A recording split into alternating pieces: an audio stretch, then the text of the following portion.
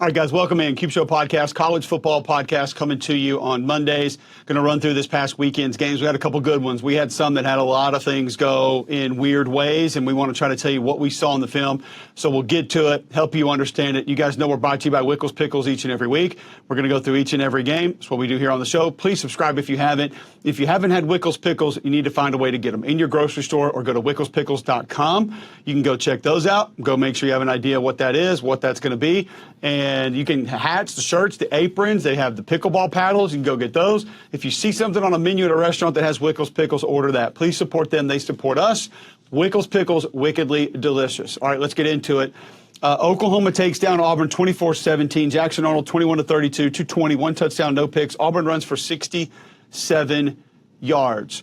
Not the day that they wanted on the ground. You knew it was going to be tough sledding, though. Oklahoma runs 26 times, 32 yards. John Mateer, 271, one touchdown, no interceptions. Big day for Isaiah Satanga. The one play, we're not going to spend a ton of time on it. Y'all know what it is. 9 for 127 and a touchdown. All right, let's go into kind of how this went, what I saw. The 9 sacks, and yes, it's bumped down to 9 sacks. Here, I'll just read you my notes on them. And I was going to try to do a video element with this, but the Wi-Fi where I am is not going to allow that to happen. Maybe we do it later in the week. I don't know. We'll see. Play 3, man coverage. Nobody's really open.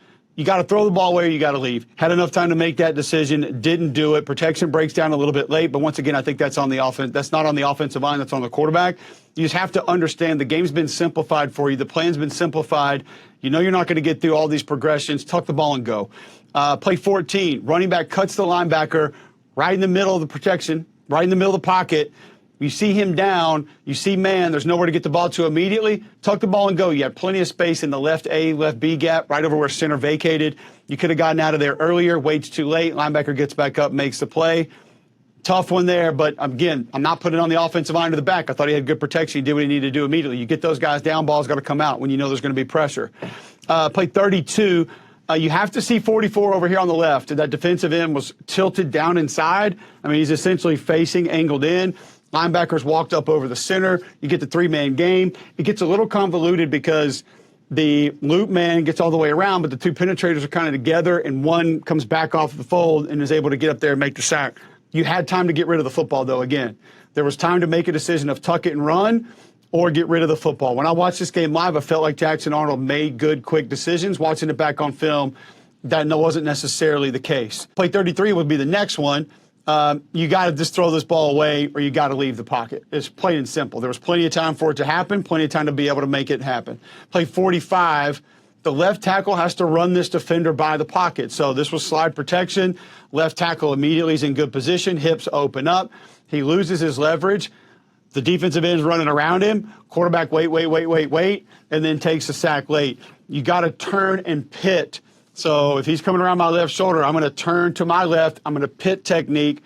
Kind of what you saw Tyler Guyton try to do the other day in the NFL when he literally punched the dude. He was trying to turn and pit that guy back. I think he was intentionally trying to punch him, which is fine. I love it.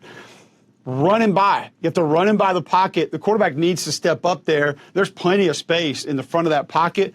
Make that decision to step up, throw it away, or leave. You had plenty of time to be able to do it. Play 76, running back, kind of a little bit of a delay here. You look at how you had this thing set up. Center kind of got beat a little bit. 10 gets around, makes a nice play, gets a nice move on the center. That's one that's probably more so on the offensive line. I'm willing to allow some blame there. Play 78 was 4-on-6, and you win with a twist.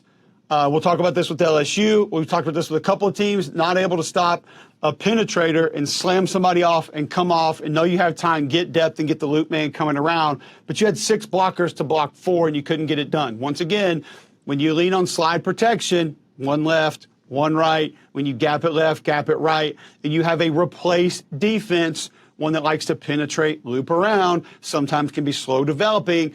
You have green dogs or trigger blitzes, guys that wait, see a back, stay in, come through a different gap. All of those things happen in other places that you're vacating. Well, they're vacating too, but they're replacing. And when you slide one way, your brain doesn't tell you to go back and replace again. So it's robotic nature of football that we've talked about. I talked about this with Brian Kelly on the field for 30 minutes. We were both pissed off. we're teaching these kids to be robots. I did my slide protection. You got to play football. You have to anticipate that shit's going to go wrong and guys are not going to be where you think they're going to be. This all has to happen ahead of time in your brain. There has to be the thought process of, if I set back deep and left here and he's doing what that linebacker did and he's going to retract back, I can't just go back to where I was. I probably need more depth to be able to come over and stop that penetrator, stay square, and help my guard be able to get off. Verbal communication has to happen when you're doing that. Switch, slam, whatever you got to do, get him off and be able to come off and get that. But again, when it's just this one, you can't lean on it all the time. At some point in time, you have to install professional pass protection when you're playing against a professionally based defense, which is what Oklahoma is. And by the way, they run it with precision, and their dudes are really good. Like, they're just individually good football players at the same time. Play 78, that's the one we just mentioned. Play 79. Listen, 56 is over on the left hash, essentially, and there's a delay to leave the pocket. I understand keeping your eyes downfield. You want to make a play. Jeremiah Wright maybe could step in front of him a little bit, but this guy's 2 gaps over.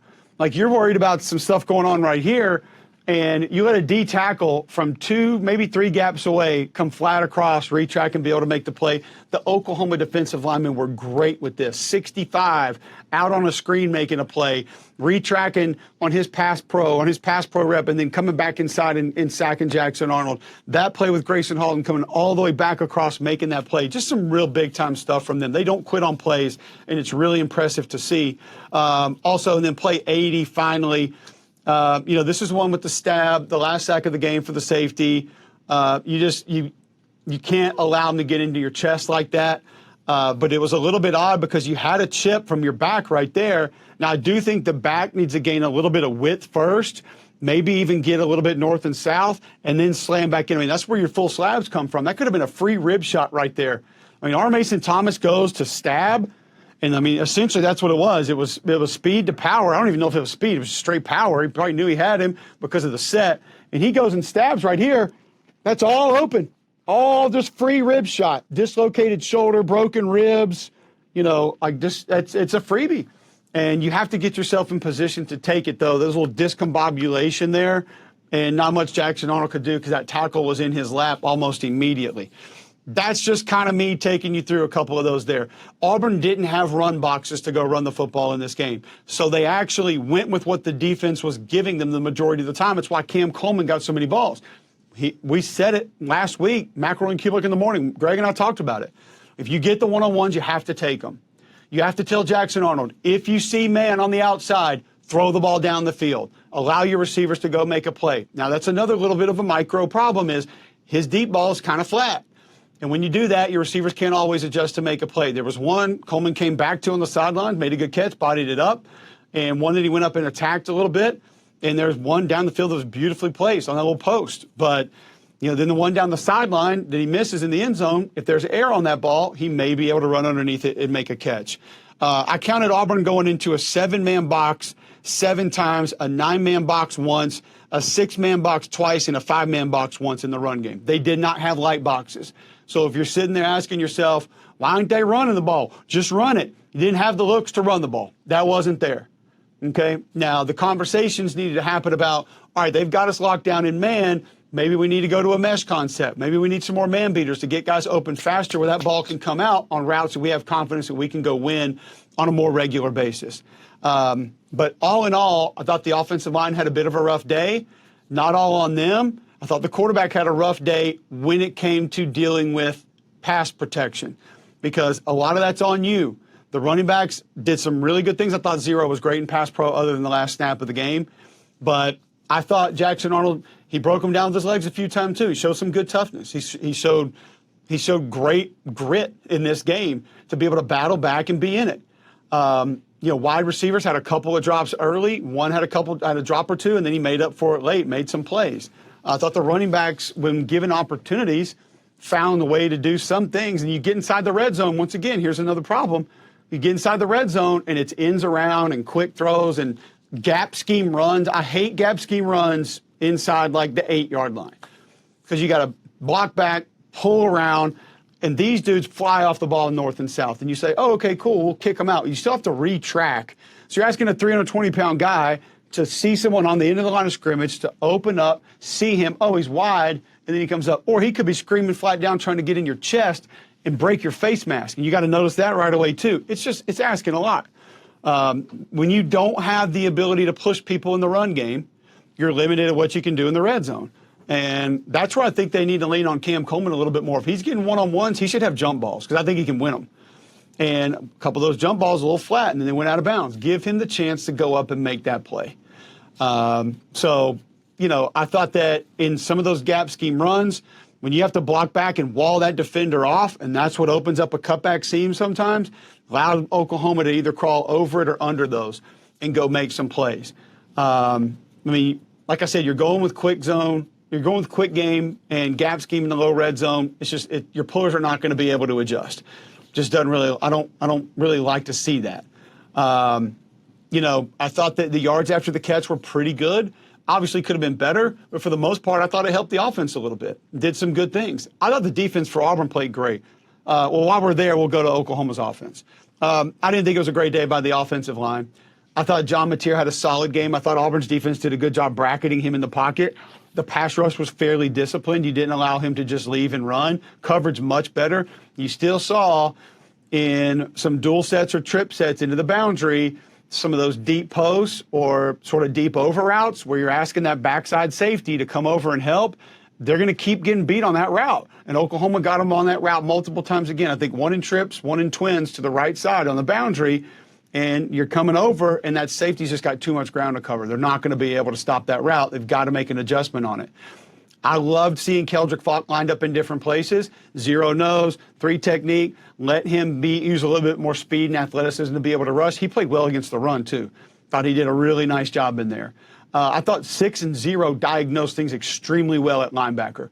Those two knew where plays were going before they got there and did an excellent job with that. 24, nice game off the edge for Auburn's defense. He caused some problems, made some things happen. He dented the pocket a little bit, but didn't get too far upfield to allow the quarterback to leave and be able to make some things happen that way. They fit the counter a little bit better. You know, Strong shouldered it, hat placement a little bit better, didn't allow for that thing to bounce by getting washed underneath, and it was a little bit better. The defensive line was stout. I don't think it's a great offensive line, but you know, they had some delayed pressures too, where they would wait, and the guy comes kind of late, and he was able to force the quarterback to get rid of the football. So I really like what the defense did for Auburn in this game. I thought they did an excellent job with going out there and kind of forcing Oklahoma into the game plan that you wanted. You just lost a couple matchups in coverage. I mean, there's a couple contested balls, and there was a couple times that the coverage just wasn't there where it needed to be. Other than that, I thought it was a really nice play. I thought it was a good game. And I thought John Mateer did some good things. I mean, he fit some balls in some tight windows. He had a couple that he missed. And I think some of that, too, is on his feet. If you go back and watch him, like he's staying open, trying to throw the ball to the right seam, and it's like ball's just a little bit off. He gets away with that 90% of the time. Sometimes you can look at it and say, yeah, that's probably why that ball sailed, or probably why that ball is off to the right just a little bit. But that's just his game, and that's the way that he operates. Gutsy finish for him to be able to get down there and get that score. I thought for Oklahoma, receivers did a really nice job of attacking the football. Satanga, obviously, not going to talk about the one. I get it. Everybody's mad about it. Both sides are mad about it. We don't penalty vulture on this show. It is what it is. Breaks are going to go against you. It's like Dana White always says, don't let it go to the judges, man, because then you never know what the hell's going to happen. Like, handle it yourself. No one play decides a football game. There's no luck in football. Every other saying that I ever have, I'll bust them out for you on this one again, so I'm not going there. It's just not going to happen, all right? There's some that you like, some that you don't like. Don't play the game if you don't want to deal with it. I don't know what you want. They're not going to cancel the game. They're not going to retroactively give it to somebody else. We don't know what would have happened. There's no crystal ball. It is what it is. I thought Kanik had a decent game, but there were a couple of misses that they had to him. Don't think it was all on him. Deion Burks did some good things. But ultimately, both defenses played extremely well. Both offenses made some plays at times. Consistency wasn't really a friend of either offense in this game. I thought Auburn had some letdowns in special teams that were pretty apparent. Thought Eric Singleton should have been force-fed the football just a little bit more. I know he had 9 catches. Would like to see him get some more shots down the field. And maybe they couldn't find enough opportunities to get him manned up in the route combinations that they wanted with him, but felt like he could have done just a little bit more. Thought Jeremiah Cobb ran the ball hard when given opportunities. But I do think Zero's better in pass protection, and that's why you wanted him in there. He just has a little bit better knack for being able to go get it. Crawford caused that fumble too on Mateer, and Auburn was able to scoop that up. So that was a nice play. Here's the thing for me. Oklahoma's really good. I would have some concerns moving forward about the consistency with the Oklahoma offense of what they're going to be able to live and die on every week, every game, no matter what. It can't just be John Mateer running around. You're not going to win all your games that way. You've got to find some consistent balance, whether it's quarterback runs and he can just survive it, whether it's more quick game on the perimeter. There's the other thing, screen game with Auburn. Like, what's the number one thing that has to happen on a screen? Draw the defense to you. You can't just take, snap, turn, and throw a screen. Defenders are going to retrack and be able to make that play. It's little bitty things like that that I thought Auburn did not do a great job with in this game, and Oklahoma's defense did do a lot of the little things really well.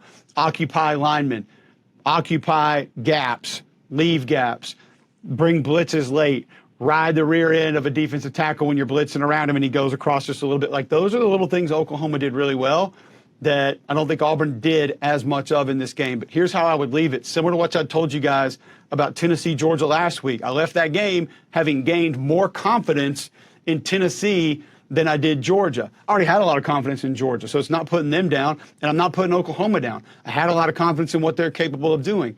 Do they have their holes? Yes, absolutely they do. We know what they are. Mainly offensive line, run game, and a couple of things of that nature. Quarterback getting a little wild at times. Not often, just every now and then.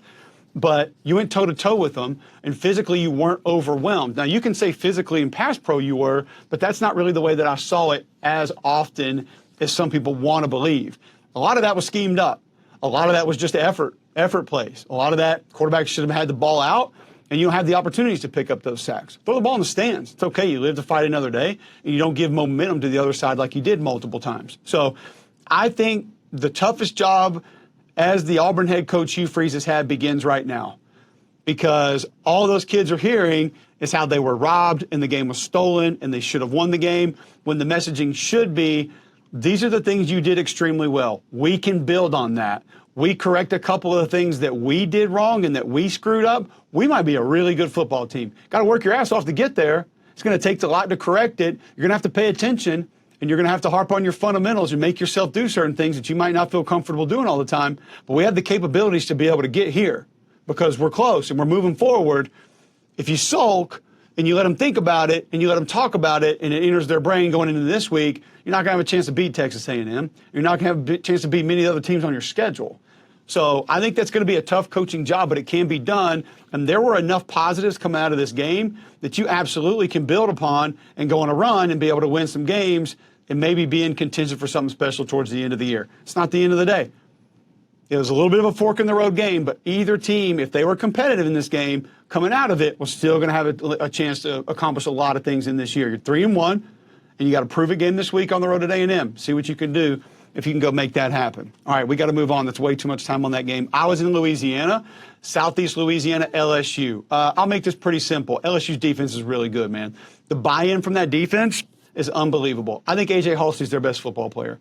People are going to say, well, he doesn't run a 4.2. He's not going to get drafted in the first round. Look at this guy, or how big. Look how big, or look how fast all these other guys are, or their draft status or whatever.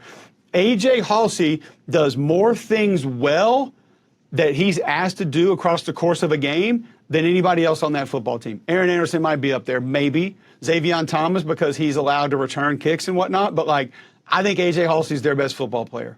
Cover? Okay. Tackle people in the box? Okay. You know, cover space and zone, man, either one? Okay, cool. Like, blitz? Cool, I can do that. Disguise coverage, attack football in the air? He can do that. He just does it all well. And he's one of the reasons they're able to disguise some coverages and do some different things. He's not the only one. But the football awareness, the football savviness, the football IQ that they have on the back end now, that allows Blake Baker to do all the stuff that he wants to do. And then you see the buy-in of Guillory up front, Pyburn up front, where they understand they're probably not going to make the play. But if they do this really well, somebody else is making a play. There's a lot of Oklahoma in it as far as how it operates and how guys mentally have to be when they play in it. And they did it well again in this game. They're fun to watch. The defensive line is attacking. They're playing good football. They're getting after it. I think Guillory's having a good year. I think there's a couple of youngsters that are coming up. Jamari Butler got banged up. He hurt his shoulder in this game. I think he's someone that could have helped him on the edge. Bernard Gooden's doing a really nice job inside. Dylan Carpenter got more reps in this game. So they have the interior of the defensive line coming along. The edge guys are going to be fine. Patrick Payton, I thought 2 weeks ago you really saw his length pay off, and you're going to continue to see that. And Blake Baker told us it was really cool. He's like, hey, I got a lot of guys in their contract year. I don't shy away from that. They need to play good football. I'm going to give them opportunities to play good football. He also told us a story about a Glenn Schumann conversation he had, because Glenn Schumann's dad was his D coordinator in high school, and he was looking at one of those elite Georgia defenses a couple of years ago, and he noticed that, like, Jordan Davis played, like, 16 snaps.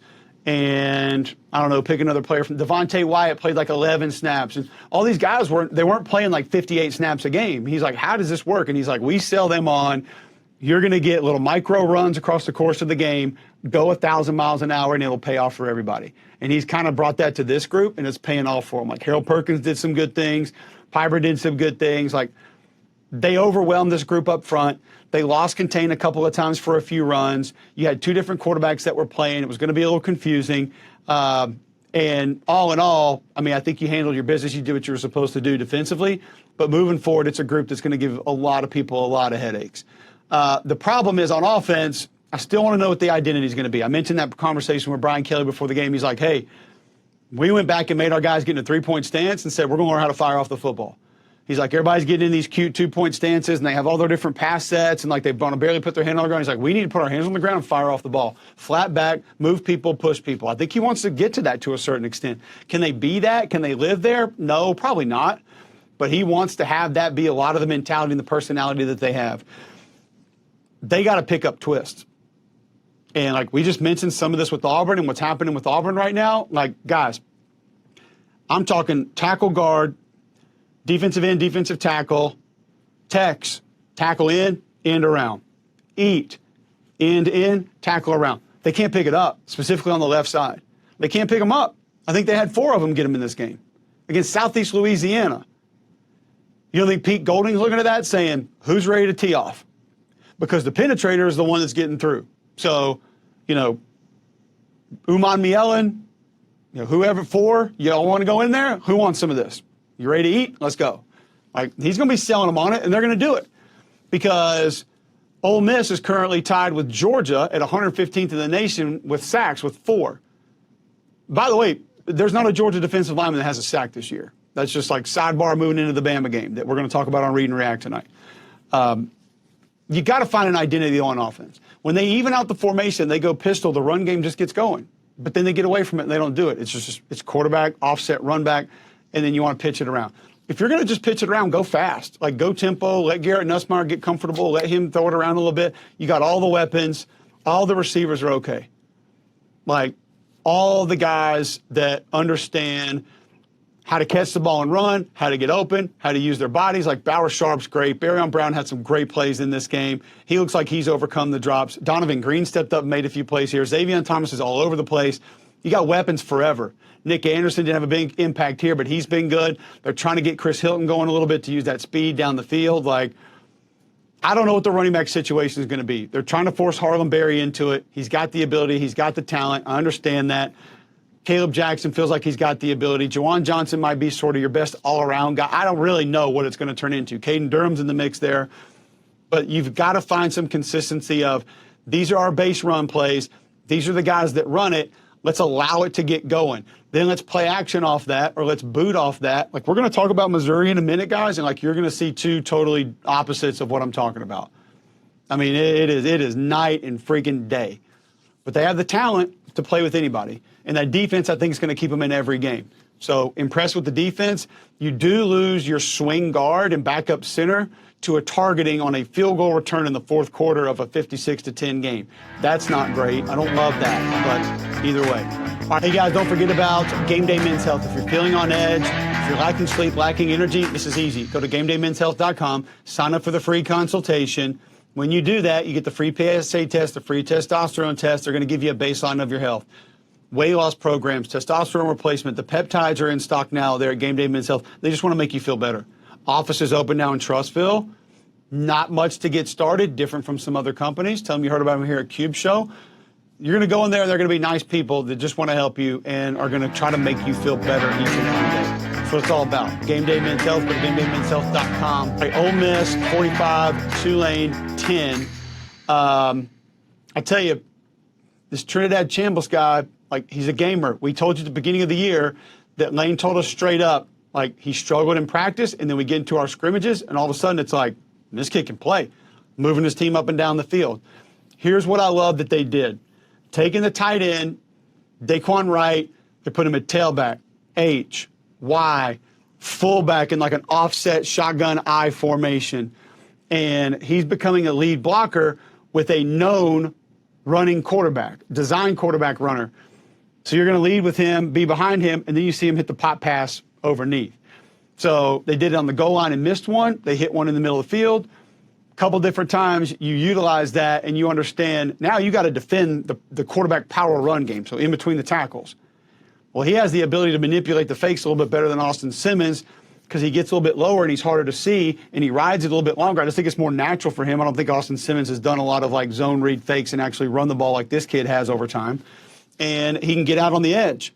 And then you have either a tight end or a receiver. When it's a receiver coming flat across the line of scrimmage, you're probably thinking he's going out. Well, then he wraps and blocks, and Chambliss gets to the outside and makes a nice run. I mean, it's the offense feels like it's more deadly all around when Chambliss is in the game. Doesn't mean that Austin Simmons is not better at pushing the ball down the field, because he absolutely is. But you see the one ball down the seam that Chambliss throws before the safety comes over, puts it right in the receiver's hands over his shoulder, and then you see the one, it actually got tipped, but here comes your bootleg off it now, and he's sprinting to his right, throws it down the seam, and it's tipped, and I think the tight end catches it, and it's like, that's a beautiful ball, because he's like leveling it. I know it gets tipped a little bit, but it's a perfect throw, and if it doesn't get tipped, it's going to be an even better throw.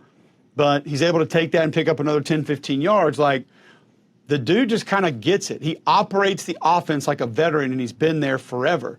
I mean, coming to the line of scrimmage, moving guys around, evening up formations, doing things there. I mean, it's really cool to see.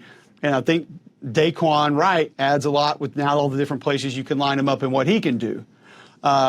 And then you got to think, too, you're getting another tight end back here soon, which is going to give you more opportunities to do more things from a personnel and formation standpoint. But, like, everybody went nuts about how Chambliss changed the offense this week. I actually think the coaching staff changed the offense utilizing what he's capable of, because the formations and the personnel groupings were different with his ability on top of that made them really hard to defend. You also got a quarterback that essentially didn't show up in this game for Tulane. Like, Retzlaff struggled. He did not play well.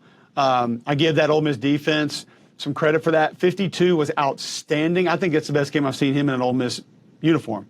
11's got great versatility on that side of the ball.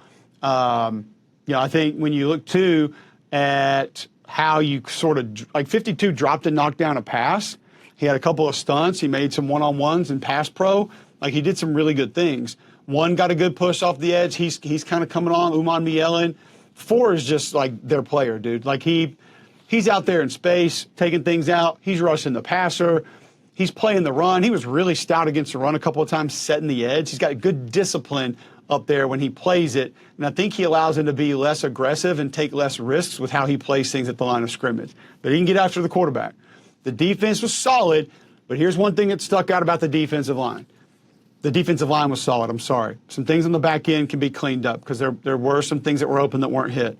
The defensive line's feet are coming too close together. So when they're striking and shedding, or they're slanting, or they're taking on blocks, their feet are getting compressed.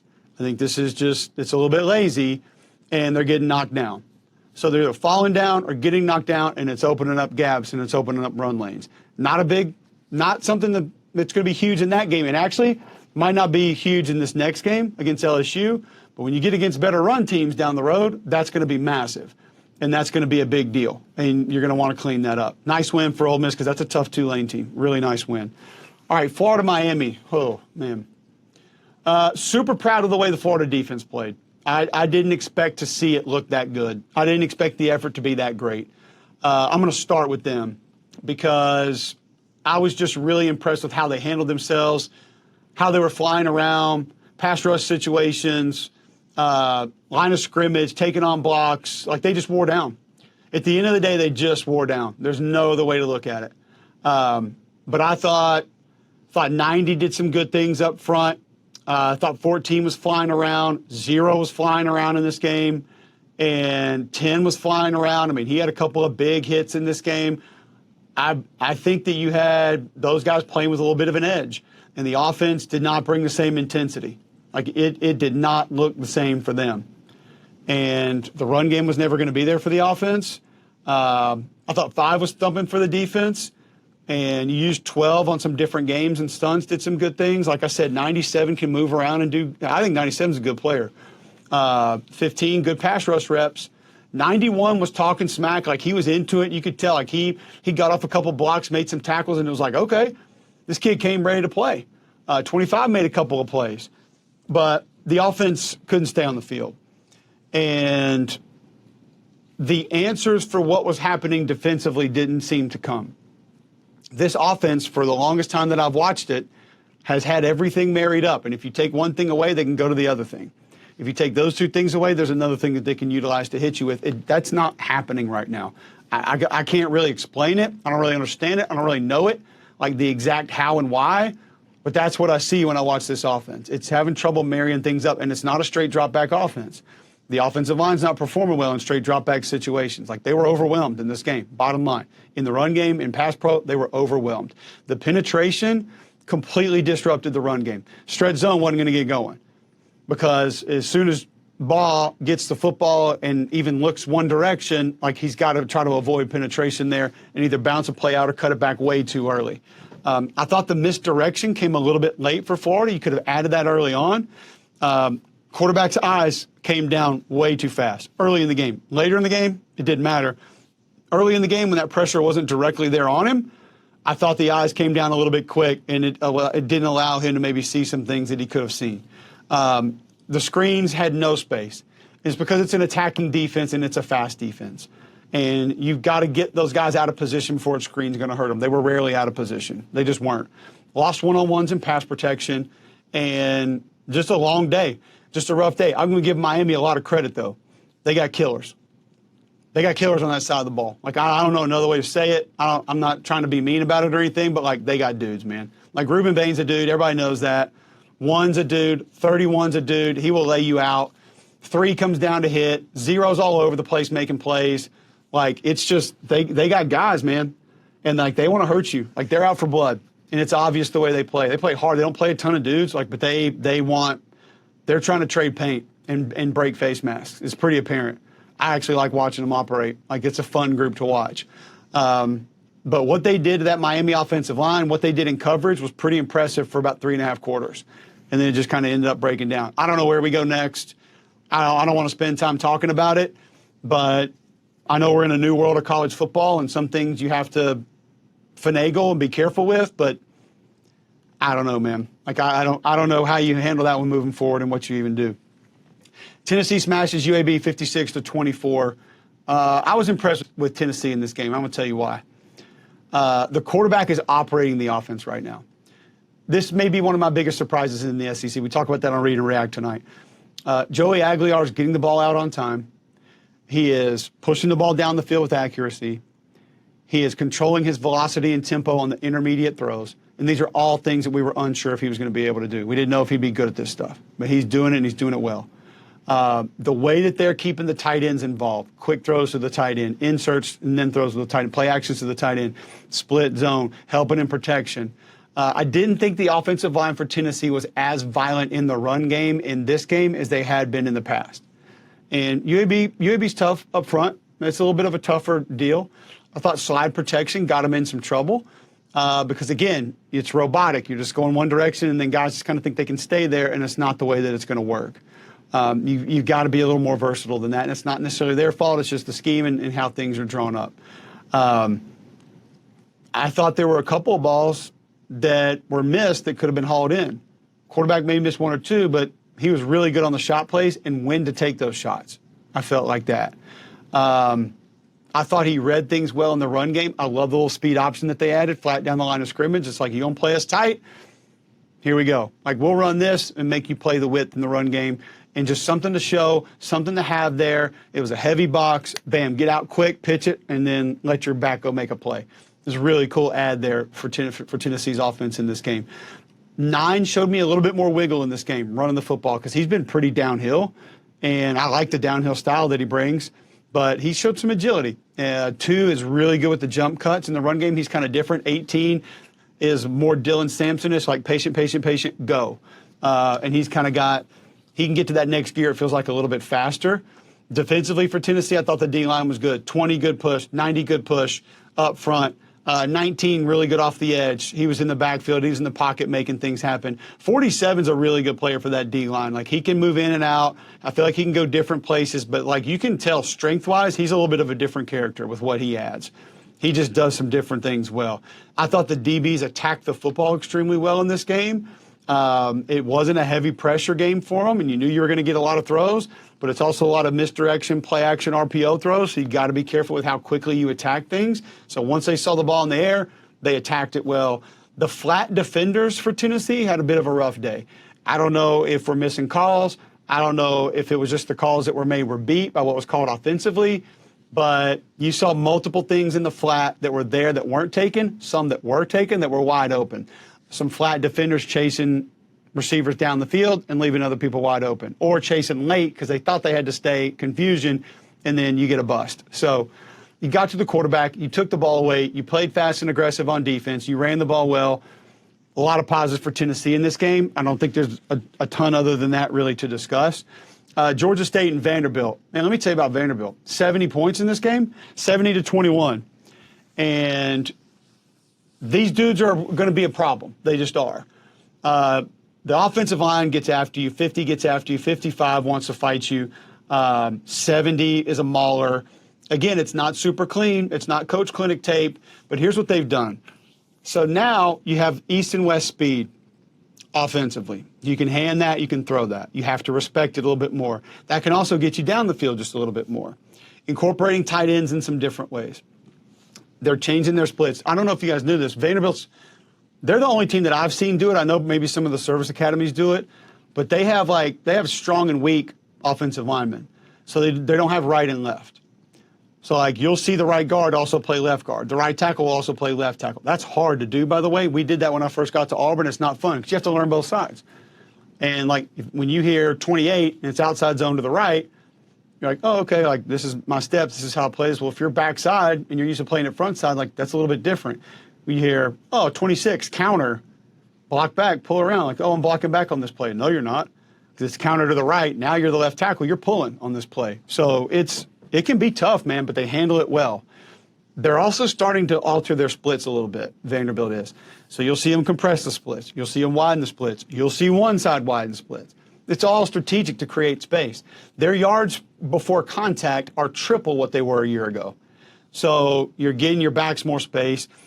And the biggest difference to me, the physicality is probably the biggest difference, but the most notable difference for me is they don't lean on quarterback run. Last year, 3rd and 10, 3rd and 2, 3rd and 1, 2nd and 1, 2nd and 8.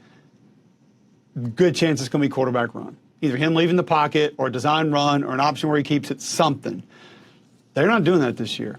Like, it's very, now he still ad-libs and does his own thing, and that's good. It helps him. But they're not just, hey, Diego's got to get us out of this. It's much more calculated. He made a couple of good throws in this game. He made one down the right seam to the tight end, which was really nice. One over the middle of the field on a little dig route. I think it was to the tight end also. Really nice ball. Like, he is throwing it a little bit better. He is. And I saw no potential catastrophe plays from him in this game. Like, there was no fadeaway jumper lob down the field. There was no, like, crazy getting hits, Montana Fouts, throw it backwards to your teammates underhand. Like, none of that stuff. So he maybe is growing up a little bit too in understanding, I don't have to do all the crazy shit and we're going to be okay. Like, we can just win straight up. That's got to be a good feeling for them. Defensively, 29 again off the edge was really good. You allowed 32 yards rushing. 96 was good up front. 2 flies around and makes plays, like second, third level at the line of scrimmage. Like, he's just a good football player. Defense wasn't going to hold back. They stayed aggressive. They kept their foot on the gas. They attacked. 24 did a nice job on some delayed blitzes, being able to get in there and affect the pocket, do different things. And now you got Utah State coming in this weekend. You should get them, and you'll be undefeated for Alabama in a couple of weeks. Like, that's going to be a massive game. It's going to be huge. It's going to be fun to watch. But A very impressive performance from Vandy to get to 4-0. Last time they scored 70 points, 1918, when they beat Tennessee 76-0. Last time they scored 30 or more in their first 4 games, I believe it was 1916. So you think about this, guys. Vanderbilt offensively is doing things they haven't done in over 100 years. How wild is that? And they're a ball control offense on top of that. It's crazy, man. It really is. Texas takes down Sam Houston State 55-0. They get to 3-1. Sam Houston's 0-4. We didn't learn a lot here with the opponent. I get that. I understand that. I liked the play mix from Sark. Inside run, outside run, misdirection, quarterback run. Things felt like they operated together and off one another a little bit better this game than maybe the last 2. The most important thing I saw in this game, and it was not, I'm not getting mad about Art standing over the dude when he scored a touchdown, because if you go about 4 plays before that, I tweeted the play out. The other guy's doing the same thing to him. So just saying, check the tape.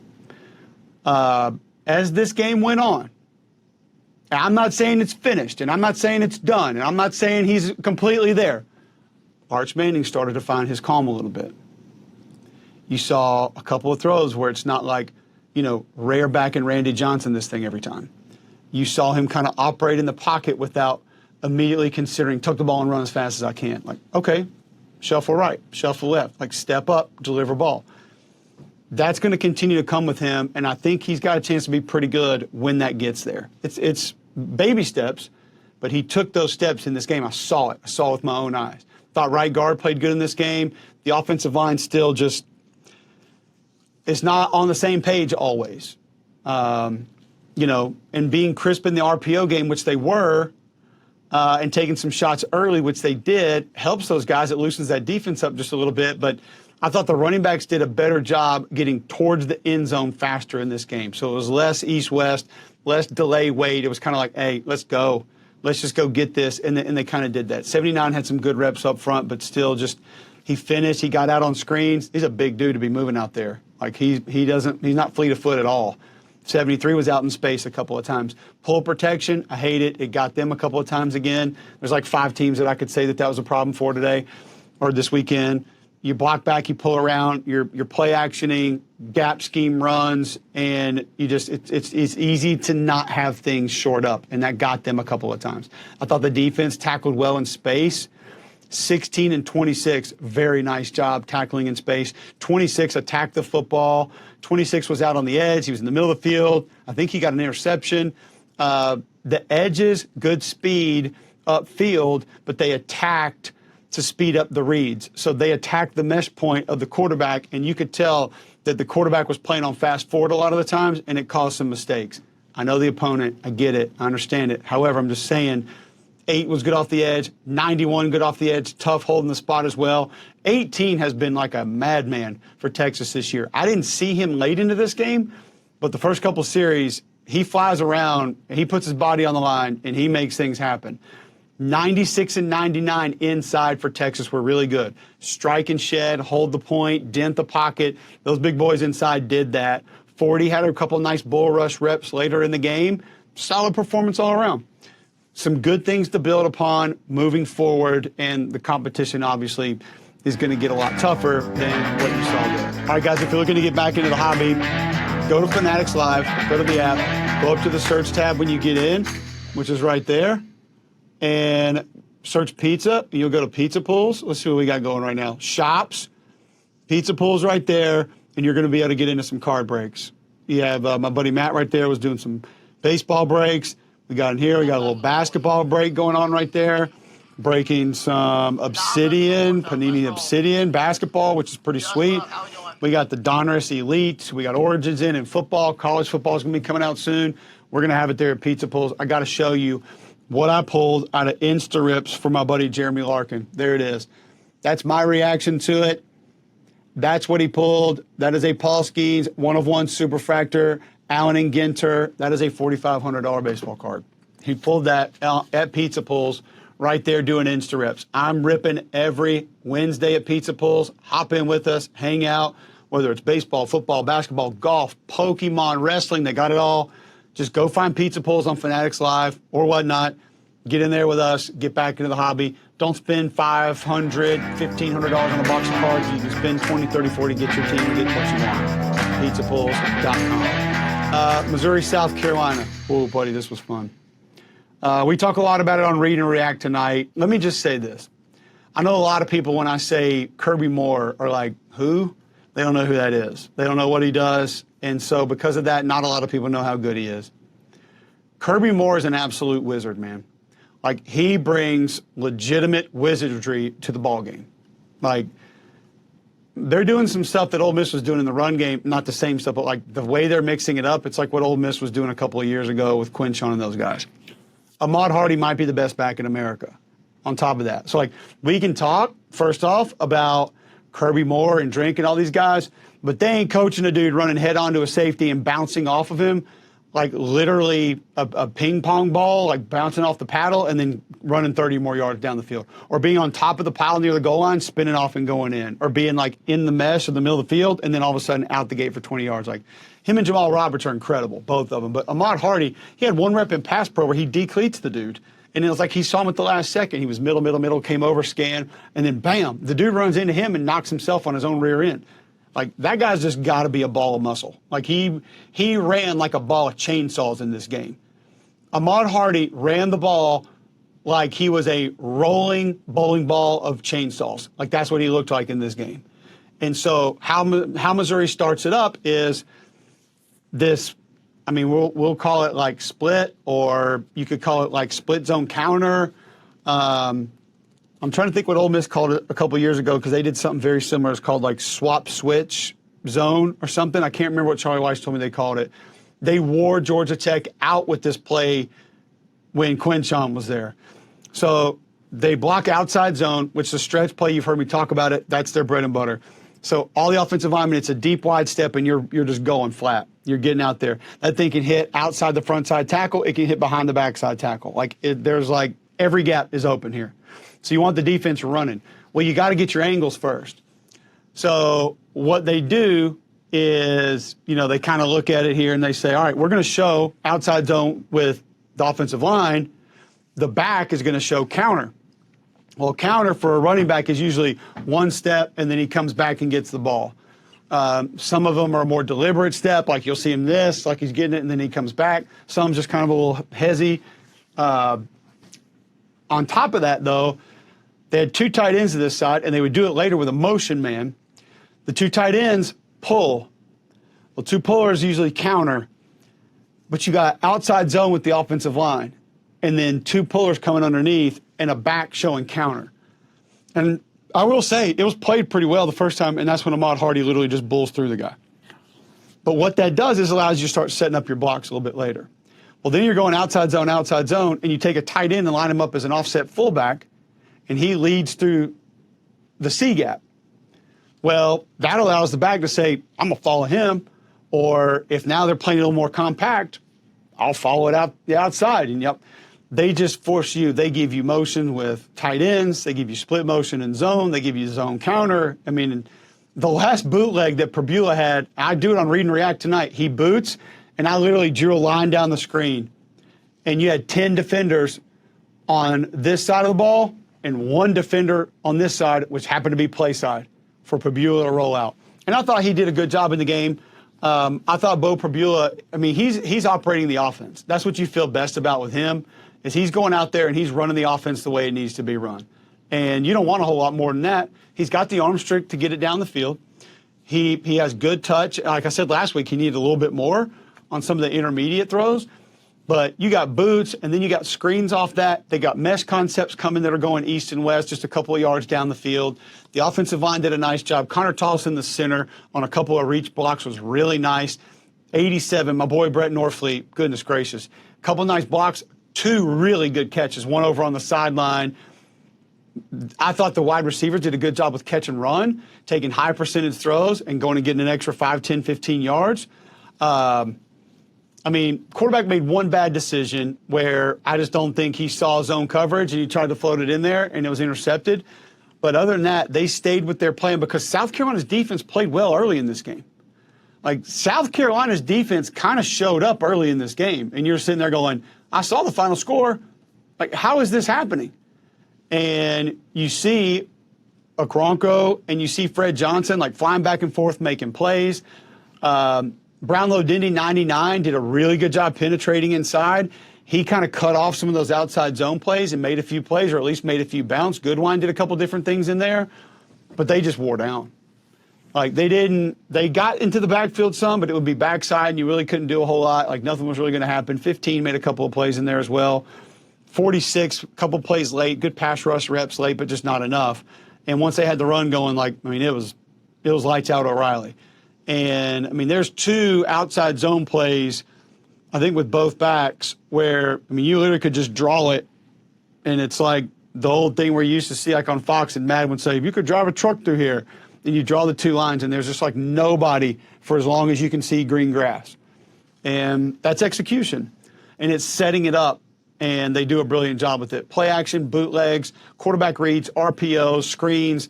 They got quick game. The receivers can catch an easier throw, and they can turn that into yards. The running backs run mad. They're going to be tough, man, because here's the other thing that Bo Prabula is doing. It's the opposite of what we talk about Jackson Arnold. He understands back of drop, not there, go. Get out of there now. He doesn't waste any time. There's no hesitation, and it's deliberate, and he understands, I need to leave right now. And he does a great job with it. Missouri defense, South Carolina couldn't run the football. I think they finished with negative rushing yards in this game. Some of that on sacks, but like -9 rushing yards in the game. Josiah Trotter is fun to watch. 40 from Missouri, he friggin' flies around.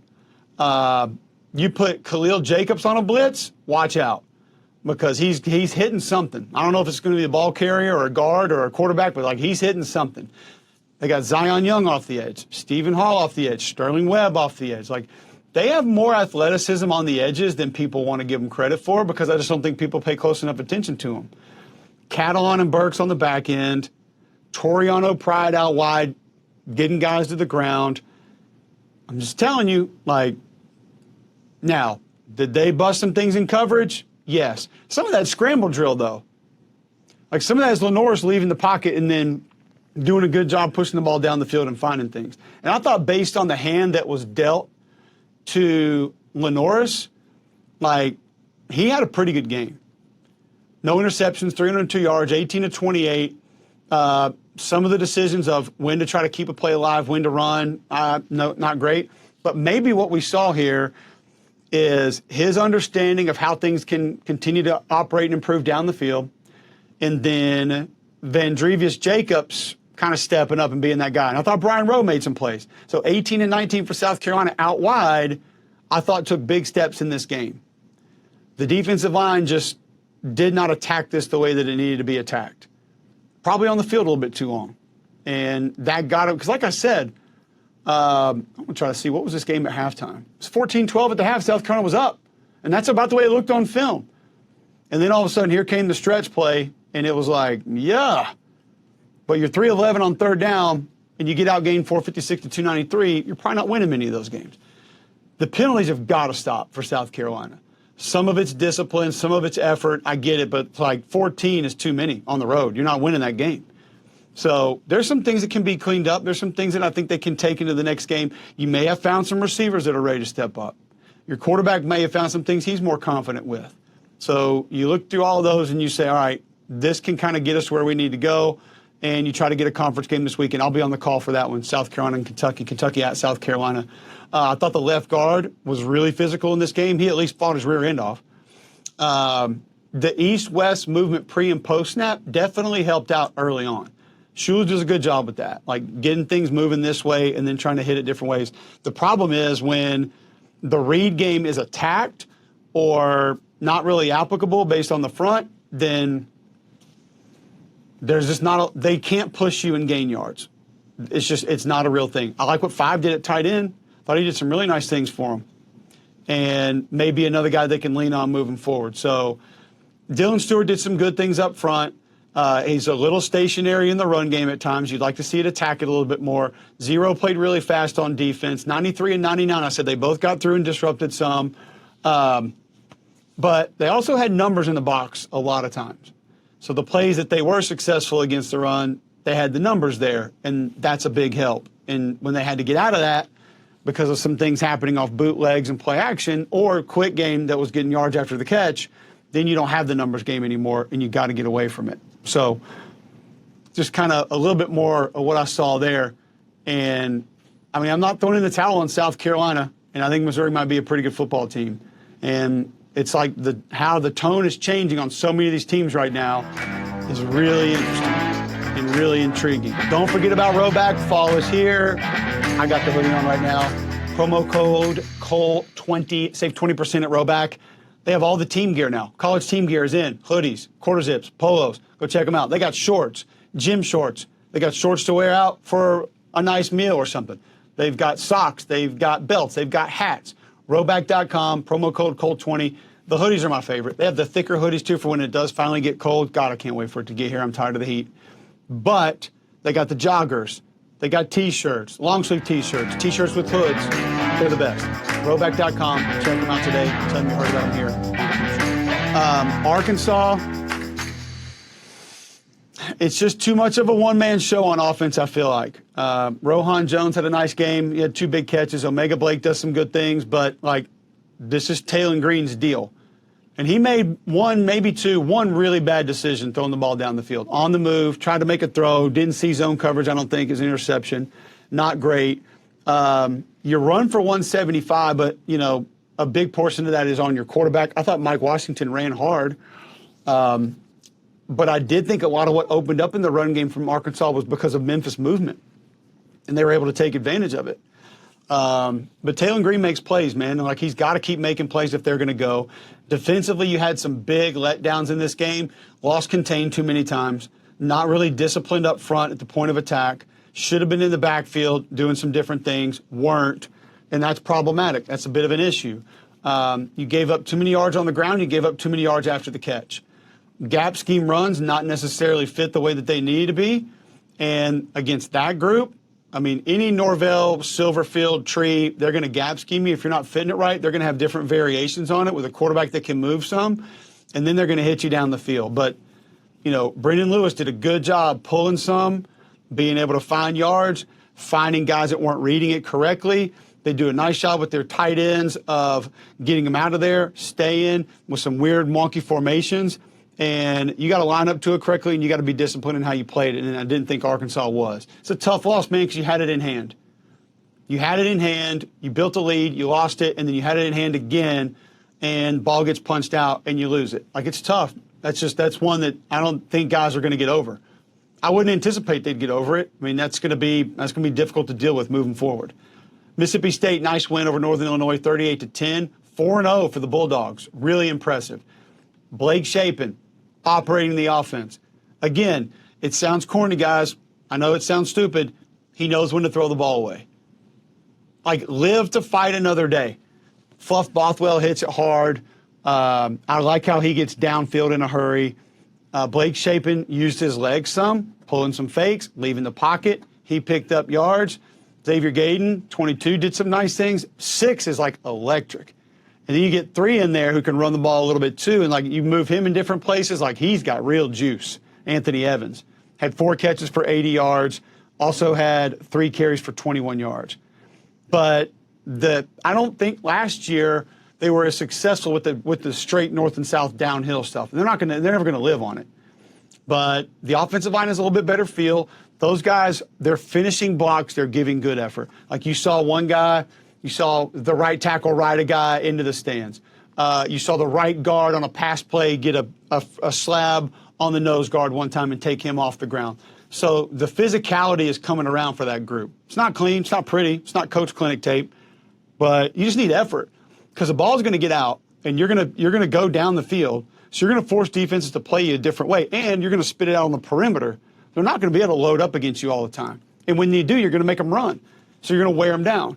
Something kind of happened in this game. I know the opponent. I get it. But they're a well-coached football team. I've had some Northern Illinois games over the last few years. They're always well-coached.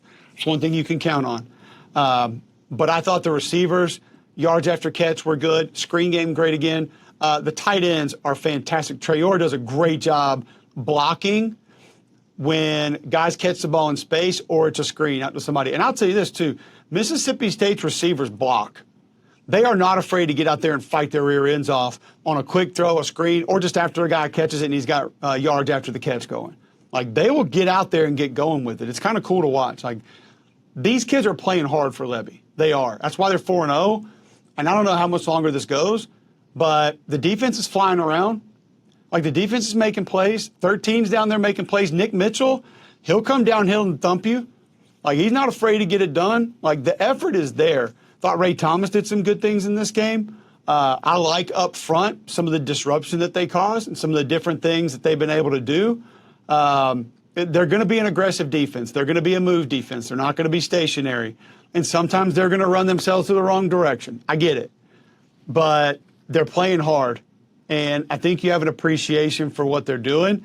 Like I said, 25 on the edge, made some things happen. They gave different looks up front. And then, play action. Like I said, when you hustle and you're a run defense, play action is going to get you a few times. Play action got them sometimes. I like, if you just watch 40 play and that's sort of the pulse of the defense, I think you're good. Like, he's a hammer. He's going to be fine. They contested the balls that were thrown down the field. And if you're not giving people easy catches, I think that's huge too. Like, you're not busting coverages and you're not giving guys just free run down the field to catch explosives, you're going to be good. 4-0 at this point, super, super impressive for them. I believe that. Because the O-line's firing off the ball. They're getting the ball in space. They're giving you multiple things to defend on every play.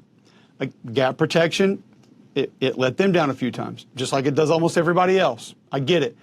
A couple free runners at the quarterback. We can't keep having those because you're going to get him killed. All right? He's mobile, but he's not that mobile. And we already saw last year what happened. You got to stop the free runners at the quarterback. And like I said, when 24 gets the ball, he likes to get towards the end zone. And then you got a couple change-up backs that can help you go as well. So feel good about that one. Take your wins, continue to build, and see how things can go here in the next few weeks. Massive weekend of games coming up this week. I've mentioned it. I'll be in Columbia, South Carolina. As we get later in the year, sometimes I'll kind of quickly run through a couple of next week. Just a couple of early thoughts on these games. Georgia, Alabama, who can protect or who can get to the quarterback? Because both have issues protecting. Neither's great getting to the quarterback. Auburn, Texas A&M, you got to protect Jackson Arnold. That front can get after you. They can get, and it's not just Cassius Howell. They have 3-4 that can get after you.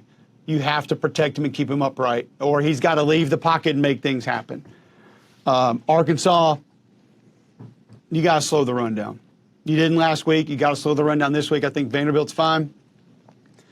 Ole Miss, LSU is intriguing. If it's Trinidad, how much can you get a defense that likes to cut it loose, going the wrong way or misreading things? And then can you take those shots down the field on it? And for Ole Miss, you got to find some pressure. You're tied for 115th in sacks in the nation right now with 4. By the way, tied with Georgia. So Georgia doesn't have a defensive lineman that has a sack this year. It's crazy. Ole Miss got to find a way to get to Nussmeier. And it's happened. It happened. Southeast Louisiana did it. Mississippi State, you got to match up physically to Tennessee. That's it. You don't have a chance to win if you don't do that. South Carolina, take care of the football.